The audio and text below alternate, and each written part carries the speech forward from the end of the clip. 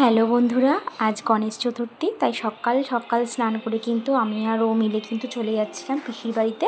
আর পিসির বাড়িতে গণেশ পুজো হবে, তো আগে থেকে কিন্তু কোনো প্ল্যানই ছিল না যে আমি পুজোর কাজ করব। তো যাই হোক, বিশেষ কারণের জন্য কিন্তু আমি গিয়েছি। আর গিয়ে কিন্তু আমাকে একটা দায়িত্ব দিয়েছে, সেটা হচ্ছে আলপনা দেওয়ার।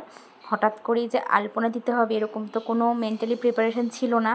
তো আমি মানে বলতে পারো ভয় পাচ্ছিলাম যে কীরকম কী করবো, এত শর্ট টাইমের মধ্যে কতটুকু কী করবো জানি না। তো যাই হোক, দেখো মন প্রাণ দিয়ে করার চেষ্টা করছিলাম, আর মোটামুটি কিন্তু এখানে হয়েও এসেছে। আর ওদিকে ও কিন্তু ঠাকুরের সব কিছু গুছিয়ে নিচ্ছিল, যা যা গোছানোর ছিল, কারণ আমাদের ঠাকুরমশাই কিন্তু একটু তাড়াতাড়ি আসার কথা, তার জন্য কিন্তু সব আমরা তাড়াতাড়ি করে গুছিয়ে নিচ্ছিলাম। আর এখানে কিন্তু দেখো গণেশ ঠাকুরের সব থেকে পছন্দের জিনিস এই যে লাড্ডু।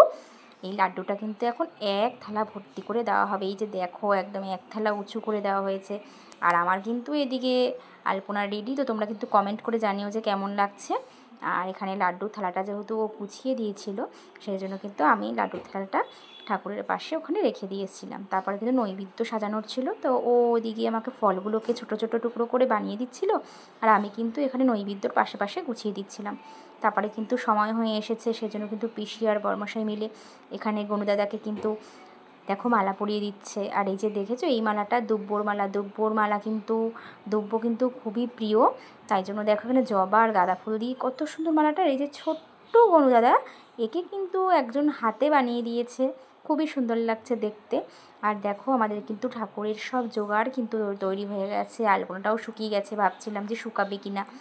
তা দেখো সব কিছু তৈরি হয়ে যাওয়ার পরে কত ভালো লাগছে দেখতে। আর এই দেখো সব থেকে রোমাঞ্চকর ঘটনা, সেটা হচ্ছে দাও দিয়ে বরফি কাটা। তোমরা কি কেউ কোনোদিনও দেখেছো? না দেখলে দেখে নাও।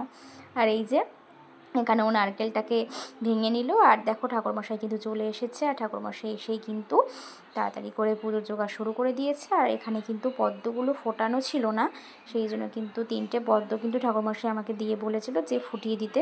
আমি কিন্তু সেটাই করছিলাম, বেশ ভালো লাগে আমার এটা তো করতে। এখানে কিন্তু দেখো ঠাকুরমশাই পুজোও শুরু করে দিয়েছে।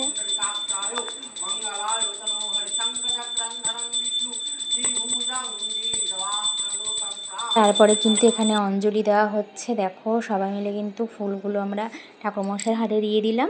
আর এখানে কিন্তু আজকে যজ্ঞও হবে, সেই জন্য দেখো এখানে বালি দিয়ে সব কিছু গুছিয়ে নিচ্ছে। এখানে পিসি কাঠ বার করে দিচ্ছিল, যজ্ঞ হবে সেই জন্য। আর দেখো ওখানে কিন্তু দেখো কত সুন্দর সব কিছু ঠাকুরমশাই গোছাচ্ছে, দেখতে কিন্তু বেশ ভালো লাগছিল।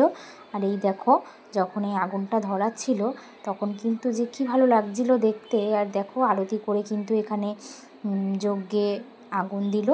আর এই আগুনটা মানে যখন ধরছিল, তাপটা এত পরিমাণে হচ্ছিল যে কি বলবো, মানে আমরা পুজো সম্পন্ন হওয়ার পরে এখানে আমি সরেই গেছিলাম। তারপরে কিন্তু প্রসাদ নিয়ে কিন্তু চলে এসেছি বাড়িতে। চলো নেক্সট ভিডিওতে দেখা হচ্ছে।